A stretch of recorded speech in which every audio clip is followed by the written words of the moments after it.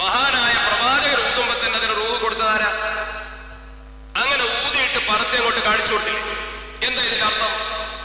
ഒരമാനുഷികമായ പ്രവർത്തനം ഒരാൾ ചെയ്തു എന്നതുകൊണ്ട് അയാൾ ദൈവമാകുന്നില്ല. സകല കറാമത്തിനെ നിഷേധിക്കാൻ എന്തിനാ ഇത്ര തിടുക്കം കൂട്ടേണ്ട കാര്യം? അങ്ങനെ സകല കറാമത്തുകളെ നിഷേധിക്കുവാൻ തിടുക്കം കൂട്ടി മുന്നോട്ട് വരേണ്ട യാതൊരു കാര്യവും ഇല്ലല്ലോ. ആ രീതിയിൽ നമ്മുടെ സമൂഹത്തിലെ വിശ്വാസശാസ്ത്രത്തെ വ്യതിചലിക്കാൻ വേണ്ടിയല്ലേ ഈ പ്രവർത്തനം ചെയ്തത്? അതാണ് നമ്മൾ ഗൗരവത്തോടെ ചിന്തിക്കേണ്ടത്. അല്ലാഹുവിന്റെ പരിശുദ്ധ ദീനിൽ മഹാനായ പ്രവാചകൻ പറയുന്നു,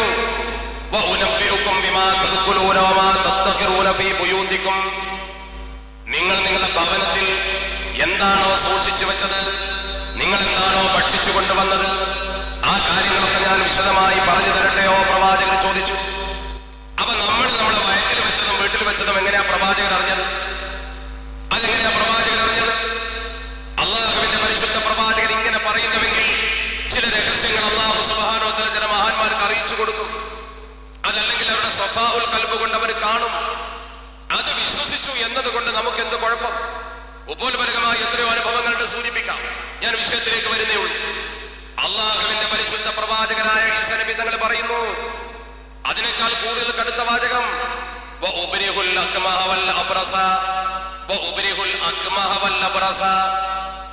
ജന്മനാ അന്ധനെയും പാണ്ഡരോഗിയും ഞാൻ സുഖപ്പെടുത്തി തരാം. അതിന്റെയും അപ്പുറമാണ് പിന്നെ പറഞ്ഞത്, ഊഹിയിൽ മൗത്താബിഹിദിനില്ല, മരിച്ചു കിടക്കുന്നവനെ ഞാൻ ഹയാത്താക്കി തരാം. ഈ പറഞ്ഞ വാചകത്തിൽ നമ്മൾ പഠിക്കേണ്ട കാര്യം എന്താ? അള്ളാഹുവിന്റെ ഡ്യൂട്ടിയാണ് മരിച്ചവരെ ഹയാത്താക്കൽ, റൂഹ് കൊടുക്കലൊക്കെ. കളിമണ്ണിന് റൂഹ് കൊടുത്തോ ബഹുമാനപ്പെട്ടവർ? മരിച്ചു കിടക്കുന്ന ഒരു മനുഷ്യന്റെ ജഡത്തിന് റൂഹ് ഇട്ട് കൊടുത്തു. ആ ജഡത്തിനെ കുമ്പി ഇതിലില്ല എന്ന് പറഞ്ഞ് ജീവിപ്പിച്ച് കാണിച്ചു കൊടുത്തു. ആ കാലഘട്ടത്തിലെ ജനങ്ങൾ ആരെങ്കിലും മഹാനായ പ്രവാചകനെ ദൈവം എന്ന് വിളിച്ചോ? ദൈവമാണ് പ്രവാചകൻ ആരെങ്കിലും പ്രചരിപ്പിച്ചോ? എന്റെ ഈ ചോദ്യത്തിന് നമ്മുടെ പ്രിയപ്പെട്ട സഹോദരങ്ങൾ ആഴത്തിലൊരു ചിന്ത കൊടുക്കാത്തത്? നിഷ്പക്ഷരായ ആളുകളോടാണ് ഞാൻ ചോദിക്കുന്നത്. അതുകൊണ്ടൊരു മനുഷ്യന്റെ തൗഹീദും പഴച്ചു പോകുന്നില്ല. സത്യത്തിൽ ഇവിടെ സംഭവിച്ചതോ മഹാനായ പ്രവാചകൻ പറഞ്ഞതുപോലെ, യകൂനു ഫീ ആഖിരി സമാനി ദജ്ജാലൂന കദ്ദാബൂൻ, അവസാന കാലഘട്ടത്തിൽ കദ്ദാബീങ്ങൾ അതികളവന്മാർ വരും. യഅ്തൂനകും ബിൽ അഹാദീസ്, അവർ ചില കാര്യങ്ങൾ നിങ്ങളുടെ മുമ്പിൽ കൊണ്ടുവരും. മാലം തസ്മഉ അൻതും വഅബാഉക്കും, നിങ്ങളോ നിങ്ങളുടെ പ്രപിതാമഹന്മാരോ കേട്ടിട്ടില്ല. ഏറ്റവും വലിയ വാദഗതികളുമായി നിങ്ങളുടെ മുമ്പിൽ അവർ വരും. അങ്ങനെയാണ് നമ്മുടെ സമൂഹത്തിൽ അവർ പരിശുദ്ധ ദീനുൽ ഇസ്ലാമിനെ വികലമാക്കാൻ മുന്നോട്ട് വന്നതും പരിശുദ്ധ ദീനുൽ ഇസ്ലാമിനെ മോശമായി ചിത്രീകരിച്ചു. ഇവിടെ നമ്മൾ കണ്ടല്ലോ, മഹാനായ ഈസാ നബി അലൈഹി സ്വലാത്തു വസ്സലാം ഇതൊക്കെ ചെയ്തിട്ട് ജനങ്ങൾ തെറ്റിദ്ധരിച്ചില്ലല്ലോ. ഈസാ നബിയെ ഒരു വിഭാഗം ദൈവമായി കണ്ടുവെങ്കിൽ അത് ഈ കാരണം കൊണ്ടല്ലല്ലോ ക്രൈസ്തവർ ചെയ്തത്. അപ്പൊ മഹാന്മാരെ വിളിക്കുന്നു എന്നതാണ്, മഹാന്മാരോട് ഇടതേടുന്നു എന്നതാണ് കേരളത്തിലെ മുസ്ലിങ്ങൾ ചെയ്ത ഏറ്റവും വലിയ പാതകമായി ഇവർ സമൂഹത്തോട് പറഞ്ഞത്. മഹാന്മാരുടെ ഒരു കാര്യം അങ്ങനെ ചെന്ന് ചോദിക്കാൻ പാടില്ല. അത് അനുസരണയായി പോകും, അഥവാ പടച്ചറപ്പിനനുസരിക്കുന്നത് പോലെ ഇബാദത്തായി പോകും. ഇങ്ങനെയാണ് ജനത്തെ അവർ ഭയപ്പെടുത്തി നിർത്തിയത്. ഈ പ്രചരണമാണ് സമൂഹത്തിൽ അവർ ചെയ്തത്. എന്നിട്ട് അവർ പറഞ്ഞു, പ്രാർത്ഥന എന്ന് പറഞ്ഞാൽ ഇബാദ, അതുകൊണ്ട് പടച്ചറപ്പിനല്ലാതെ വിളിക്കാൻ പാടില്ല. അല്ലാഹുവിനല്ലാതെ വിളിച്ചു പ്രാർത്ഥിക്കുക എന്നൊരർത്ഥം കൂട്ടിച്ചേർത്ത് കൊടുത്തുകൊണ്ട് ഈ സമൂഹം മൊഹീദ്ദീൻ ശൈഖ് തങ്ങളെ എന്ന് വിളിച്ചാൽ അത് പ്രാർത്ഥനയായി. അല്ലാഹുവിനോട് പ്രാർത്ഥിക്കുന്നത് പോലത്തെ പ്രാർത്ഥനയായി. പ്രവാചകരെ എന്ന് വിളിച്ചു പോയാൽ അപകടമായി.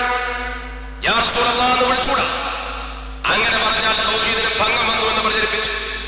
അല്ലാഹു സുബ്ഹാനഹു വ തആല പരിശുദ്ധ ഖുർആനിൽ പറഞ്ഞു നോക്കൂ നിങ്ങൾ, യാ അയ്യുഹല്ലദീന ആമനൂ അത്തിഉല്ലാഹ വ അത്തിഉർ റസൂല, യാ അയ്യുഹല്ലദീന ആമനൂ, സത്യവിശ്വാസികളെ, അത്തിഉല്ലാഹ, അല്ലാഹുവിനെ അനുസരിക്കണം, വ അത്തിഉർ റസൂല, പ്രവാചകരെയും അനുസരിക്കണം. അല്ലാഹു അനുസരിക്കാൻ എന്ന് പറഞ്ഞാൽ അല്ലാഹുവിന്റെ നിസ്കാരം, പ്രവാചകനെ അനുസരിക്കുന്നത് അല്ലാഹുവിനെ അനുസരിക്കും പോലെ തന്നെയാണോ? അല്ലാഹു സുബ്ഹാനഹു വ തആല നമ്മൾ ആരാധിക്കുന്നു, പ്രവാചകനെ നമ്മൾ ആരാധിക്കുന്നുണ്ടോ? അതിയോ, നിങ്ങൾ അനുസരിക്കൂ, വഴിപ്പെടൂ. അള്ളാഹുവിന്റെ വഴിപ്പെടുക എന്ന് പറഞ്ഞാൽ എന്താ? പ്രവാചകർക്ക് വഴിപ്പെടുക എന്ന് പറഞ്ഞാൽ എന്താ? രണ്ടും ഒരേ പദമല്ലേ ഉപയോഗിച്ചത്? ഒരു പ്രവാചകനെയും അനുസരിക്കപ്പെടാനല്ലാതെ ഞാൻ ഭൂമുഖത്തേക്ക് അയച്ചിട്ടില്ല. അള്ളാഹുവിനെ അനുസരിക്കണം, പ്രവാചകനെ അനുസരിക്കണം, പദം രണ്ടും ഒന്ന. പക്ഷെ അള്ളാഹുവിന് കാണിക്കുന്ന അനുസരണയും പ്രവാചകർക്ക് കാണിക്കുന്ന അനുസരണയും ഒരുപോലെയാണോ? ഈ അനുസരണയുടെ അളവിൽ വ്യത്യാസമില്ലേ? മാത്രമല്ല ഉലിൽ അംരി മിൻകും, കാര്യകർത്താക്കളെ നിങ്ങൾ അംഗീകരിക്കണം. ഇസ്ലാമിന്റെ കാര്യങ്ങൾ ഏറ്റെടുത്ത് നിർവഹിക്കുന്ന നാട്ടുനായകന്മാരടക്കമുള്ളവരെ നമ്മൾ അനുസരിക്കണം. ആ അനുസരണയും റബ്ബിനോടുള്ള അനുസരണയും ഒരുപോലെയാണോ? എന്റെ ഈ ചിന്ത നമ്മുടെ മനസ്സിൽ വളരാത്തത്? മൊഹീദ്ദീൻ ശൈഖ് തങ്ങളെ എന്ന് വിളിക്കുമ്പോഴും അള്ളാഹുവെ എന്ന് വിളിക്കുമ്പോഴും പദമൊന്നാണെങ്കിലും അതിന്റെ അന്തരാർത്ഥത്തിൽ കിടക്കുന്ന തൗഹീദിന്റെ അടിസ്ഥാന ഘടകത്തിന് മാറ്റമുണ്ടോ? അടിസ്ഥാന ഘടകം പഴിച്ചു പോകുന്നുണ്ടോ? എന്റെ ഒരു ചർച്ച സമൂഹത്തിന് മുമ്പിൽ കൊണ്ടുവരാത്തത്? ഇത്താഅത്തും ഇബാദത്തും ഒരുപോലെ കൂട്ടിച്ചേർത്തുകൊണ്ടാണോ പറയുന്നത്? മഹാനായ നൂഹ് നബി അലൈഹി സ്വലാത്തു വസ്സലാം റബ്ബി ഇന്നി ദഅഉതു ഖൗമി ലൈലൻ വനഹാറ, ഞാൻ എന്റെ ജനങ്ങളെ വിളിച്ചു. മഹാനായ പ്രവാചകർ ദഅവത്ത് നടത്തി. ദഅഉതു, ഞാൻ വിളിച്ചു. ദുആഅല്ലേ, വിളിയല്ലേ? ഇബാദത്താകുമോ? അവിടെ ജനങ്ങളെ ക്ഷണിച്ചു എന്ന് പറയുന്ന വാചകം, ജനങ്ങളെ വിളിച്ചു എന്ന് പറയുന്ന വാചകം, ഈ വാചകം ഇതിനോട് കൂട്ടിച്ചേർത്തുകൊണ്ട് ആരെങ്കിലും വ്യാഖ്യാനിക്കാറുണ്ടോ? തെറ്റിദ്ധാരണ പരത്തുവാൻ പദങ്ങൾ ഉപയോഗപ്പെടുത്തുന്ന ആളുകളോട് ചോദിക്കുന്നു. പിന്നെ എന്താ പ്രശ്നം? മരിച്ചവരോട് സഹായം ചോദിച്ചാണോ കുഴപ്പം? സഹായം മരിച്ചവരോടും ജീവിച്ചവരോടും എല്ലാവരോടും ചോദിക്കും. അള്ളാഹുവിന്റെ പരിശുദ്ധ ദീനിൽ തെളിവുണ്ടല്ലോ. ജീവിച്ചിരിക്കുന്നവരോട് സഹായം ചോദിക്കും. 4 വിധത്തിലുണ്ടല്ലോ. നമുക്ക് സാമാന്യ ബുദ്ധി കൊണ്ട് ചിന്തിക്കാൻ തെളിവൊന്നും വേണ്ടല്ലോ. ജീവിച്ചിരിക്കുന്ന ആളുകൾ ജീവിച്ചിരിക്കുന്നവരോട് സഹായം ചോദിക്കും. നമ്മൾ കാണുന്ന, നമ്മൾ പരസ്പരം സഹായം ചോദിക്കാറുണ്ട്, ചോദിച്ചു വരുന്നു, ഇപ്പോഴും തുടർന്നു, ആരും എതിർക്കുന്നില്ല. മരണപ്പെട്ടു പോയ ആളുകൾ ജീവിച്ചിരിക്കുന്നവരോട് സഹായം ചോദിക്കുമല്ലോ. നമ്മൾ സ്വഹീഹായ ഹദീസിൽ പഠിച്ചതാണ് ഒരു മയ്യത്ത്. ആ മയ്യത്തിന് നമ്മൾ വീട്ടിൽ നിന്ന് ഇറക്കുന്ന സമയത്ത്, അഥവാ മരണപ്പെട്ട മയ്യത്തിനെ നമ്മൾ കുളിപ്പിച്ച് കഫൻ ചെയ്ത്, ആ മയ്യത്ത് നല്ല മയ്യത്താണെങ്കിൽ ആ മയ്യത്ത് ജീവിച്ചിരിക്കുന്ന ആളുകളോട് പറയും, കദ്യമൂനി എന്നെ വേഗം കൊണ്ടുപോകണം. മരിച്ചു കിടക്കുന്നയാൾ ജീവിച്ചിരിക്കുന്ന ആളോട് സഹായം തേടുകയാണ്. മരിച്ചു കിടക്കുന്ന മനുഷ്യൻ ജീവിച്ചിരിക്കുന്നവരോട് സഹായം ചോദിക്കണം. മയ്യത്ത് സഹായം ചോദിക്കാൻ നമുക്ക് കേൾക്കാൻ ചെവിയില്ലാത്തോണ്ടല്ലേ? അള്ളാഹു നമുക്കത് കേൾക്കാനുള്ള കഴിവ് തരാത്തോണ്ടല്ലേ? ആ മയ്യത്ത് മോശപ്പെട്ട മയ്യത്താണെങ്കിൽ എങ്ങോട്ടാ കൊണ്ടുപോകുന്നത് ചോദിക്കും. അത് ഒരർത്ഥത്തിലുള്ള സഹായം തേടലല്ലേ? ഇനി മരിച്ചവരോട് സഹായം ചോദിക്കുമല്ലോ. മരിച്ചുപോയി, നമ്മളൊക്കെ മരിച്ചുപോകും. നമ്മളൊക്കെ മഴ്സറിൽ ഒരുമിച്ച് കൂടും. അതിനുശേഷം നമ്മൾ ആദ്യമായി ശഫാഅത്ത് ചോദിച്ചുകൊണ്ട് ആദം നബി തങ്ങളുടെ മുമ്പിൽ ചെല്ലൂലേ? അങ്ങനെ പ്രവാചകന്മാർ വഴി കടന്നു വന്ന പരിശുദ്ധ ഹബീബ് അഷ്റഫുൽ ഖൽഖ് മുഹമ്മദ് മുസ്തഫ സ്വല്ലല്ലാഹു അലൈഹി വസല്ലമ തങ്ങളിലെത്തില്ലേ? ഹദീസ് വളരെ വ്യക്തമല്ലേ? സമൂഹത്തെ പഠിപ്പിക്കുന്നതല്ലേ, പഠിക്കുന്നതല്ലേ? മരിച്ചവരോട് സഹായം ചോദിക്കും. പ്രവാചകന്മാർ മരണപ്പെട്ടു, നമ്മൾ മരണപ്പെട്ടു ചെല്ലും. അവിടെ ചെന്നിട്ട് പ്രവാചകന്മാരോട് നമ്മൾ സഹായം ചോദിക്കും. അവ ജീവിച്ചിരിക്കുന്നവരോട് ചോദിക്കും. മരിച്ചവരോട് ചോദിക്കും. മരിച്ചവർ ജീവിച്ചിരിക്കുന്നവരോട് ചോദിക്കും. ഇനി ജീവിച്ചിരിക്കുന്നവർ മരിച്ചവരോട് ചോദിക്കും. ചൊല്ലോ, ജീവിച്ചിരിക്കുന്നവർക്ക് മരിച്ചവരെ സഹായം ചെയ്യും. എന്താ തർക്കം? അതൊരു വലിയ വിഷയമാക്കി സമൂഹത്തിന്റെ തൗഹീദ് പഴിച്ചുപോയി എന്ന് പേടിക്കേണ്ട കാര്യം എന്താ? എന്തിനാണ് ഇത്ര വലിയ ഗൗരവതരമായ വിഷയം സമൂഹത്തിന് മുമ്പിൽ എടുത്തിട്ട് മക്ക മുശ്രിക്കീങ്ങൾക്ക് എതിരെ ഇറങ്ങിയ സകല ആയത്തും ഉദ്ധരിച്ചുകൊണ്ട് സമൂഹത്തെ പേടിപ്പിക്കേണ്ട കാര്യം എന്താ? അങ്ങനത്തെ ഒരു തൗഹീദ് ശോഷണം ഇവിടെ സംഭവിച്ചിട്ടുണ്ടോ? മെഹ്റാജിന്റെ രാവിലെ അല്ലാഹുവിന്റെ പരിശുദ്ധ പ്രവാചകൻ മൂസ നബി അലൈഹി സ്വലാത്തു വസ്സലാമിന്റെ സഹായത്തോടു കൂടിയാണ് 50 വക്ത് നിസ്കാരം 5 ആക്കിയത് എന്ന് ചരിത്രം നമ്മളെ പഠിപ്പിച്ചിട്ടില്ലേ? അള്ളാഹിന്റെ പ്രവാചകൻ എന്ന ഹയാത്തിലുണ്ട്. ബഹുമാനപ്പെട്ട മൂസാ നബി തങ്ങൾ മരിച്ചു പോയിട്ടുണ്ട്. ജീവിച്ചിരിക്കുന്ന നമ്മുടെ പ്രവാചകർക്ക് മരിച്ചുപോയ മൂസാ നബി തങ്ങൾ സഹായം കൊടുത്തതാണ്. മൂസാ നബി തങ്ങളുടെ റെക്കമെന്റ് പ്രകാരം, ഉപദേശപ്രകാരം 5 ആക്കി. 50ന്റെ പ്രതിഫലമുള്ള 5. ഇനി എല്ലാം പോകട്ടെ, മരിച്ചവരോട് സഹായം ചോദിക്കുന്നത് തെറ്റാണ് എന്നാണോ പറയുന്നത്? അങ്ങനെ ചോദിച്ചാൽ സഹായം കിട്ടുകയില്ലാണോ എന്നാണോ വിശ്വസിക്കുന്നത്? ഒരു കാര്യത്തിൽ മാത്രം ഉറപ്പുണ്ടായാൽ പോരെ, ഏത് മരിച്ചവനായാലും ജീവിച്ചിരിക്കുന്നവനാണെങ്കിലും ദൃശ്യമാണെങ്കിലും അദൃശ്യമാണെങ്കിലും ഏത് തരത്തിലാണെങ്കിലും ശരി, അവർക്ക് അല്ലാഹു കൊടുക്കാത്ത കഴിവുണ്ട്, സ്വയം കഴിവുണ്ട് എന്ന് നമ്മൾ വിശ്വസിച്ച് ചിന്തിക്കാതിരുന്നാൽ പോരെ. ഈ കേരളത്തിലെ ഒരു സുന്നിയും സമത്വക്കാരും ഒരു വ്യക്തിക്കും പടച്ചറപ്പ് കൊടുക്കാത്ത കഴിവുണ്ടെന്ന് വിശ്വസിക്കുന്നില്ല എന്ന് തീർത്ത് നമ്മൾ പറയുന്നു, പ്രചരിപ്പിക്കുന്നു. അത് തന്നെയാണ് നമ്മുടെ തൗഹീദ്. മറുപക്ഷം അതിലൊരു തർക്കവും വെക്കേണ്ട കാര്യമില്ല. സംശയത്തിന്റെ കണിക പോലും അതിൽ ആവശ്യമില്ല. പിന്നെ മരിച്ചവരോട് സഹായം തേടൂലേ? തേടും. അബ്ദുറഹ്മാൻ ഇബ്നു സയ്യിദ് ഇബ്നു അസ്ലം മഹാനവറുകളെ തൊട്ട് ഉദ്ധരിക്കുന്നു ചരിത്രത്തിൽ, അദ്ദേഹത്തിന്റെ ഉപ്പാപ്പയും അദ്ദേഹത്തിന്റെ ഉപ്പാപ്പ ഉമർ റളിയല്ലാഹു തആല അൻഹുവിൽ നിന്നും അഷ്റഫുൽ ഖൽഖ് നബി മുഹമ്മദ് മുസ്തഫ സ്വല്ലല്ലാഹു അലൈഹി വസല്ലമ തങ്ങൾ പറഞ്ഞതായി രേഖപ്പെടുത്തും. മഹാന്മാർ വളരെ വ്യക്തമായി പരമ്പരാഗതമായി കേട്ട കാര്യങ്ങൾ ഹദീസ് നമുക്ക് പഠിപ്പിച്ചു തരുന്ന ചരിത്രം അതാണല്ലോ ദീന്. അവര് പറഞ്ഞതാണല്ലോ നമ്മൾ പഠിപ്പിച്ചത്. ഇമാം ബുഖാരി തങ്ങൾ ഉദ്ധരിച്ചാൽ പിന്നെന്താ തർക്കം?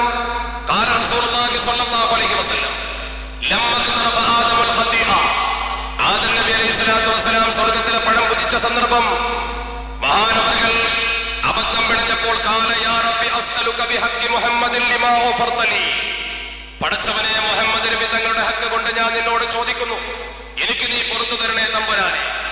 ഫഖാല അല്ലാഹു, അല്ലാഹു സുബ്ഹാനഹു വ തആല ചോദിച്ചു, യാ ആദം, ആദം നബി, വകൈഫ അറഫ്ത മുഹമ്മദൻ, എങ്ങനെ നിങ്ങൾ മുഹമ്മദിനെ മനസ്സിലാക്കുന്നു? വലം അഖ്ലുഖുഹു, ഞാൻ പടച്ചിട്ടില്ലല്ലോ. ഞാൻ മുഹമ്മദിനെ പടക്കാതെ നിങ്ങൾ എങ്ങനെ മുഹമ്മദിനെ മനസ്സിലാക്കി? ഖാല, ആ സമയത്ത് ആ പ്രവാചകൻ പറയുന്നു, ആദം നബി അലൈഹി സ്വലാത്തു വസ്സലാം പറയുന്നു, യാ റബ്ബി ലഅന്നക ലമ്മാ ഖലഖതനി, പടച്ച റബ്ബേ നീ എന്നെ പടച്ച സന്ദർഭം ബിയദിക വനഫഖ്ത ഫിയ മിൻ റൂഹിക, നീ എന്നെ പടച്ചുകൊണ്ട് എനിക്ക് റൂഹ് നൽകിയ സന്ദർഭത്തിൽ റഫഅതു റഅസി, ഞാൻ എന്റെ തല ഉയർത്തി നോക്കി, ഫറഅയ്തു അലാ ഖവായിമിൽ അർശി മക്തൂബൻ ലാ ഇലാഹ ഇല്ലല്ലാഹ് മുഹമ്മദുർ റസൂലുള്ളാഹ്, അർശിന്റെ സ്തംഭത്തിൽ ഞാൻ കണ്ടു ലാ ഇലാഹ ഇല്ലല്ലാഹ് എന്ന നിന്റെ വചനത്തോടൊപ്പം നിന്റെ വിശുദ്ധ നാമത്തോടൊപ്പം കൂട്ടിച്ചേർത്തുകൊണ്ടൊരു നാമം എഴുതി വെച്ചതായിട്ട്.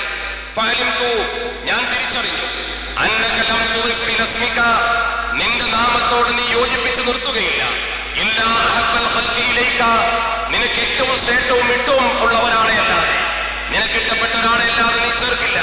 ഫഖാല അല്ലാഹ്, ആ സമയത്ത് പടച്ച റബ്ബി ആദം നബി തങ്ങളോട് പറഞ്ഞു, സ്വദഖത യാ ആദമു, ആദമേ നീ ചെയ്ത കാര്യം ശരി തന്നെ, നീ പറഞ്ഞത് സത്യം തന്നെ.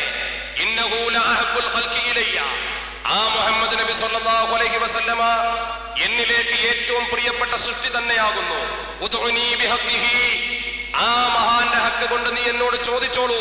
ഫഖദ് ഗഫർതു ലക വലൗലാ മുഹമ്മദുൻ മാ ഖലഖതുക, ആ മുഹമ്മദ് അല്ലെങ്കിൽ നിന്നെ പോലും ഞാൻ പടക്കുമായിരുന്നില്ല, അതുകൊണ്ട് നിങ്ങൾ ചോദിക്കുക, പുറത്തു തരുമെന്ന് പടച്ച റബ്ബ് പറഞ്ഞതായി അല്ലാഹുവിന്റെ പരിശുദ്ധ ഹബീബ് അഷ്റഫുൽ ഖൽഖ് മുഹമ്മദ് മുസ്തഫ സ്വല്ലല്ലാഹു അലൈഹി വസല്ലമ തങ്ങളെ തൊട്ട് ഉദ്ധരിക്കപ്പെടുന്നു. ഹാക്കിമും ബൈഹഖിയും ഉദ്ധരിച്ച ഈ ഹദീസ് അൽ ബിദായത്ത് വൻ നിഹായയിൽ ഇബ്നു കസീർ ഉദ്ധരിച്ചു എന്ന് മാത്രമല്ല, ഉൽപ്പതിഷ്ടുക്കളെ വളരെയേറെ ആകർഷിച്ച പണ്ഡിതൻ ഇബ്നു തൈമിയ തന്റെ ഫതാവയിൽ വ്യക്തമായി ഉദ്ധരിച്ചിരിക്കുന്നു. ഇബ്നു തൈമിയ പോലും ഉദ്ധരിച്ചു എന്ന് പറയുമ്പോൾ എന്റെ പ്രിയപ്പെട്ട സഹോദരങ്ങൾക്ക്, സംശയാലുക്കൾക്ക് പിന്നെ ഒരു തെളിവിന്റെ കാര്യമുണ്ടാകുമെന്ന് എനിക്ക് തോന്നുന്നില്ല. അപ്പോൾ മഹാന്മാരായ ആളുകളെ വിളിച്ചുകൊണ്ട് പ്രാർത്ഥിക്കുക, ജീവിച്ചിരിക്കുന്നവരാകട്ടെ മരിച്ചുപോയവരാകട്ടെ. ഇനി മരിച്ചുപോയവരോട് പ്രാർത്ഥിക്കുന്നതിനെ കുറിച്ചാണെങ്കിൽ, ബറക്കത്തെടുക്കുന്നതിനെ കുറിച്ചാണെങ്കിൽ, ഇസ്ലാമിന്റെ ചരിത്ര ഭൂമികയിൽ ചരിത്രത്തിന്റെ ഏടുകൾ പരതുമ്പോൾ എത്ര ഉദാഹരണം കാണാൻ പറ്റും? ഈ മഹാന്മാരെ വിളിക്കുക, പ്രാർത്ഥിക്കുക, അവരുടെ സാമീപ്യം തേടുക, ഒട്ടേറെ ഉദാഹരണങ്ങൾ അതിൽ കാണാൻ പറ്റും. നബി സല്ലല്ലാഹു അലൈഹി വസല്ലമ തങ്ങളെ സാധാരണക്കാരാക്കുന്നവർക്ക് അത് മനസ്സിലാവില്ല, പ്രവാചകനെ കേൾക്കുന്നവർക്ക് അത് ബോധ്യം വരില്ല.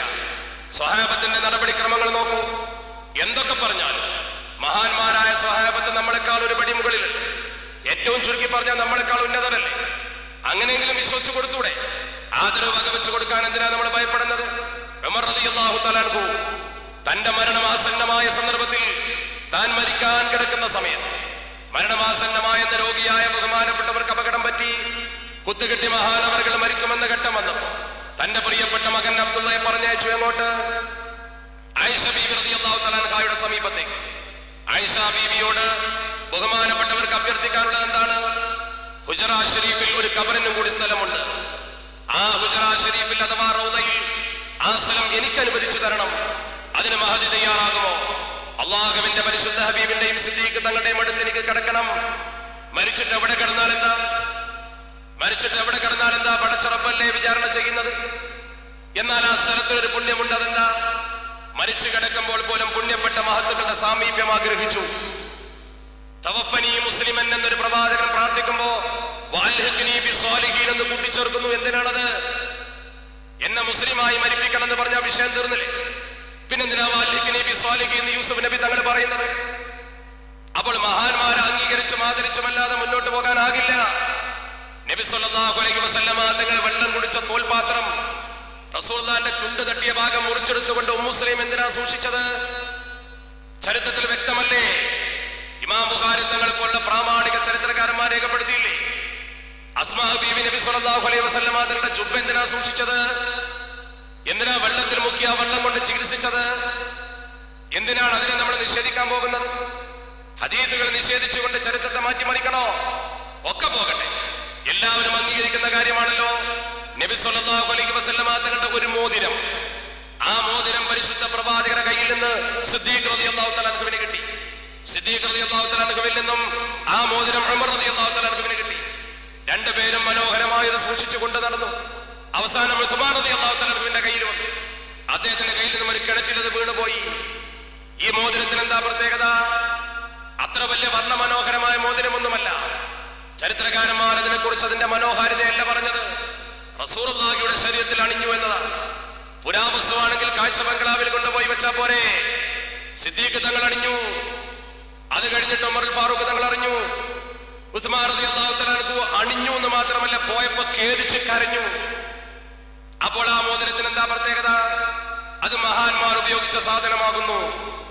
നബി സല്ലല്ലാഹു അലൈഹി വസല്ലമ തങ്ങളുടെ തലമുടി, ആ തലമുടി കളഞ്ഞ സമയത്ത് ആ തലമുടിയിൽ നിന്നും ഒരു പിടി കിട്ടുവാൻ വേണ്ടി സ്വഹാബത്ത് പിടിപലി കൂടിയത് ഹദീസിലില്ലേ?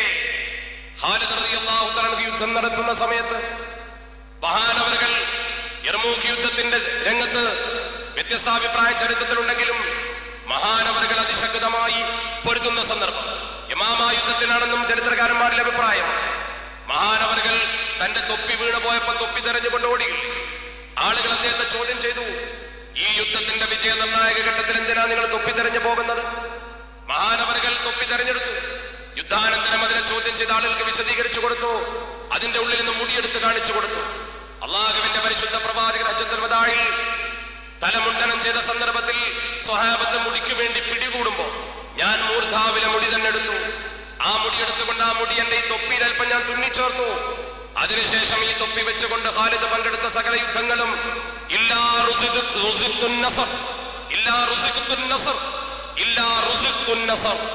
എനിക്ക് വിജയമല്ലാത്ത ഒന്നും സംഭാവന ചെയ്തിട്ടില്ല.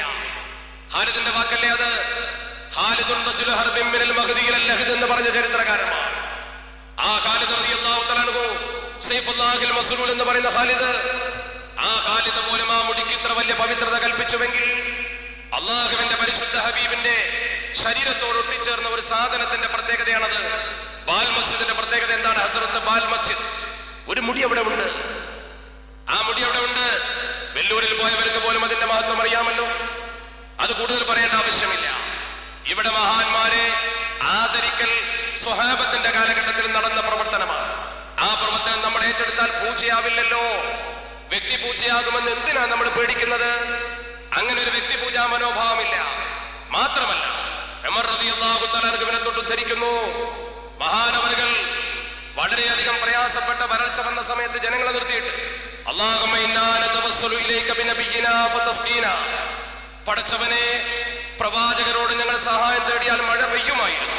വഇന്നാ നതവസ്സലു ഇലൈക ബിഅമ്മി നബിയിനാ ഫസ്ഖിനാ, റസൂലുള്ളാഹിന്റെ പിതൃവ്യൻ അബ്ബാസ് റളിയല്ലാഹു തആല അൻഹുവിനെ തൊട്ട് ഞങ്ങൾ നിന്നോട് തവസ്സുൽ ചെയ്യുന്നു, പെയ്യിച്ചു തരണേ മഴ. എന്താണ് ഈ പറഞ്ഞതിന്റെ അർത്ഥം? റസൂലുള്ളാഹിനോട് തവസ്സുൽ ചെയ്തിരുന്നു. അബ്ബാസ് തങ്ങളെ പിടിച്ചുകൊണ്ടും തവസ്സുൽ ചെയ്യുന്നു. ഉമർ ഫാറൂഖ് തങ്ങൾ ഈ പ്രവർത്തനം ചെയ്താൽ പിന്നെ നമുക്ക് ചെയ്തൂടെ? മഹാനായ ഉമർ ഫാറൂഖ് ആരാണ്?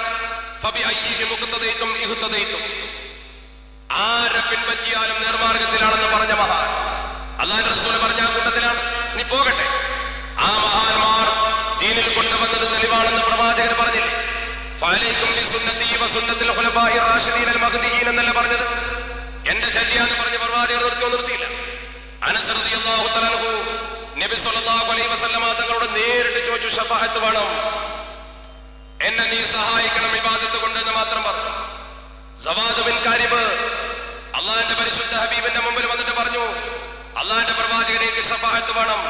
വഅശ്ഹദു അന്നല്ലാഹ ലാ റബ്ബ ഗൈറഹു വഅന്നക മഅ്മൂനുൻ അലാ കുല്ലി ഗായിബി വഅന്നക അദ്നൽ മുർസലീന വസീലതൻ ഇലല്ലാഹി യബ്നൽ അക്രമൈനിൽ ത്വായിബി വകുല്ലി ശഫീഅൻ യൗമ ലഅദു ശഫാഅതി. ആ സവാദ് ബിൻ കാരിബ് എന്ന് പറയുന്ന പാവപ്പെട്ട മനുഷ്യൻ, അധികം ജ്ഞാനമില്ലാത്ത പാവം, അള്ളാഹുവിന്റെ പരിശുദ്ധ ഹബീബിന്റെ മുമ്പിൽ വെച്ച് പറയുന്നു, ഫകുല്ലി ശഫീഅൻ യൗമ ലഅദു ശഫാഅതി സിവാക ബിമുനിൻ സവാദ് ബിൻ കാരിബി. അള്ളാഹുവിന്റെ പരിശുദ്ധ ഹബീബിന്റെ മുഖത്ത് നോക്കി നോക്കിയിട്ട് ശഫാഅത്ത് ചോദിക്കാം. നമ്മള് റബീഉൽ അവ്വലിൽ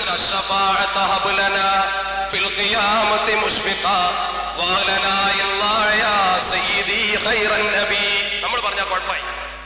റസൂലുള്ളാഹി ജീവിച്ചിരിക്കുന്ന കാലത്ത് റസൂൽ തന്നെ മുഖത്ത് നോക്കിയിട്ടാണ് പറഞ്ഞത്. അള്ളാഹിന്റെ പരിശുദ്ധ പ്രവാചകൻ പറഞ്ഞോ സവാദെ അങ്ങനെയൊന്നും പറയാൻ പാടില്ല, അങ്ങനെ പറഞ്ഞാൽ തെറ്റാണ്, ഇനി പറയരുത്, പറഞ്ഞോ ഇനി പറയരുതെന്ന് പറഞ്ഞില്ലല്ലോ. എന്റെ അള്ളാഹിന്റെ പരിശുദ്ധ പ്രവാചകൻ അങ്ങനെ പറയരുത്?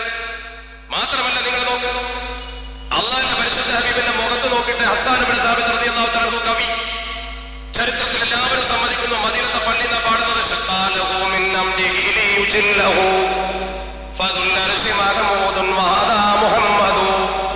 മനോഹരമായ പാട്ട് പാടിയപ്പോൾ റസൂൽ ഒരു പീഡനം അനുവദിച്ചു. ഇരുന്നോ, പാടിക്കോ, ഇരുന്ന് ജനങ്ങൾക്ക് അത് പാടിക്കൊടുക്കണം എന്ന് മാത്രമല്ല അല്ലാഹുമ്മ അയ്യിദുഹു ബിറൂഹിൽ ഖുദ്സ്, ഒരു പ്രോത്സാഹന പ്രാർത്ഥന. എന്തിനാ പിന്നെ നമ്മൾ മൗലിദിനെ എതിർക്കുന്നത്? ഈ മൗലിദിൽ അല്ലാഹുവിന്റെ പരിശുദ്ധ പ്രവാചകർ ഈ സമൂഹത്തിന് ശഫാഅത്ത് കൊടുക്കുമെന്ന വിശ്വാസമുള്ളതിനെ എതിർക്കണോ? നേരിട്ട് ചോദിച്ചത് കൊണ്ട് പ്രവാചകർ എതിർത്തിട്ടില്ലല്ലോ. നബി സല്ലല്ലാഹു അലൈഹി വസല്ലമ തങ്ങളോട് നേരിട്ട് ചോദിച്ചാലും പഠിച്ചോൻ തരും. എന്താ കാര്യം? ഒരു ദിവസം അല്ലാഹുവിന്റെ പരിശുദ്ധ പ്രവാചകർ മദീനത്തെ പള്ളിയിൽ ഖുത്ബ നിർവഹിക്കുന്നു. ഒരു പാവപ്പെട്ട അറാബി ഓടി വരുന്നു, യാ റസൂലല്ലാഹ് ഹലകത്തിൽ അംവാലു വൻഖതഅത്തിസ് സുബ്ലു ഫദഉല്ലാഹ അയ്യുഗീതനാ. അല്ലാഹുവിന്റെ പ്രവാചകരെ, നാടാകെ മുടിഞ്ഞിരിക്കുന്നു, മഴ കിട്ടാത്തത് കൊണ്ട് നിങ്ങൾ മഴയ്ക്ക് വേണ്ടി പ്രാർത്ഥിച്ചേ പറ്റൂ.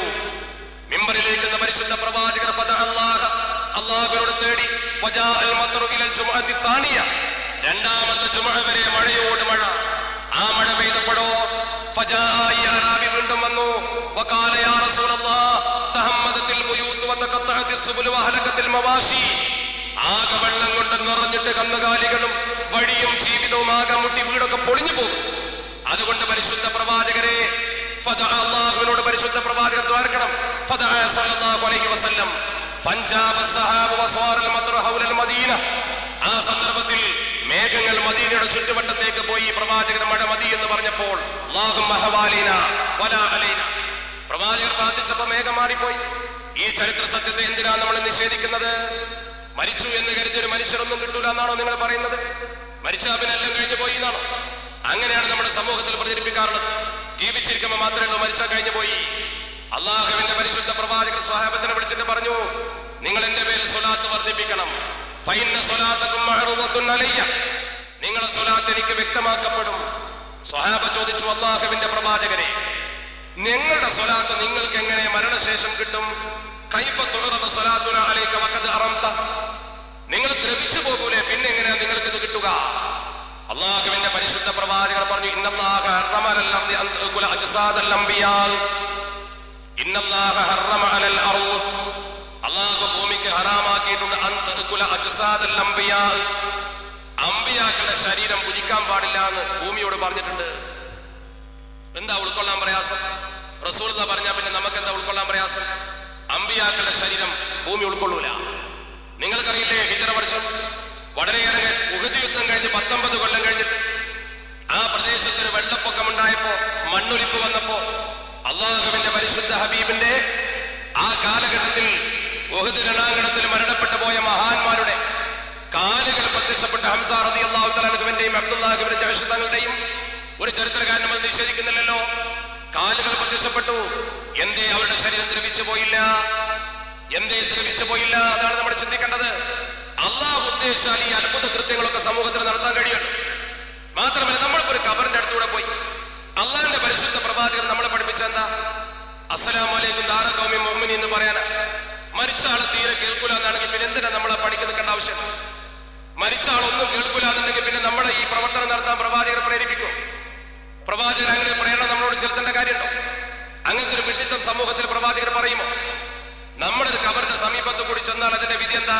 മാമിൻ അഹദിൻ യമുറു ബി ഖബരി അഖീഹി, നിങ്ങളിൽപ്പെട്ട ഒരാളും നിങ്ങളുടെ സഹോദരന്റെ ഖബറിന്റെ സമീപത്തോടെ പോകുമ്പോൾ യമുറു ബി ഖബരി അഖീഹിൽ മുഅ്മിൻ കാന യഅരിഫുഹു ഫി ദുനിയ, ദുനിയാവിൽ വെച്ച് ഈ മയ്യത്ത് നിങ്ങൾ അറിയുമെങ്കിൽ, ആ മരിച്ചു കിടക്കുന്ന മനുഷ്യൻ നിങ്ങളെ വ്യക്തമായി അറിയുമെങ്കിൽ, ഫയുസല്ലിമു അലൈഹി, അവന്റെ മേൽ നിങ്ങൾ സലാം പറഞ്ഞാൽ, ഇല്ലാ അറഫഹു വറദ്ദ അലൈഹി സലാം, ആ സലാം പറഞ്ഞ ആളെ മയ്യത്ത് മനസ്സിലാക്കി തന്നെ സലാം അടക്കുമെന്ന് അഷ്റഫുൽ ഖൽഖ് മുഹമ്മദ് മുസ്തഫ സ്വല്ലല്ലാഹു അലൈഹി വസല്ലം. എന്തിനാ ഇപ്പൊ നമ്മൾ ഇടങ്ങാറാവണ?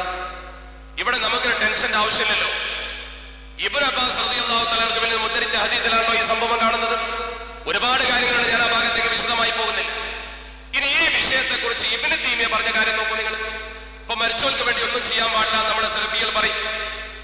മരിച്ചവർക്ക് വേണ്ടി ഒന്നും ചെയ്തിട്ട് കാര്യമില്ല. ഇബ്നു തൈമിയ എന്താ പറഞ്ഞത്?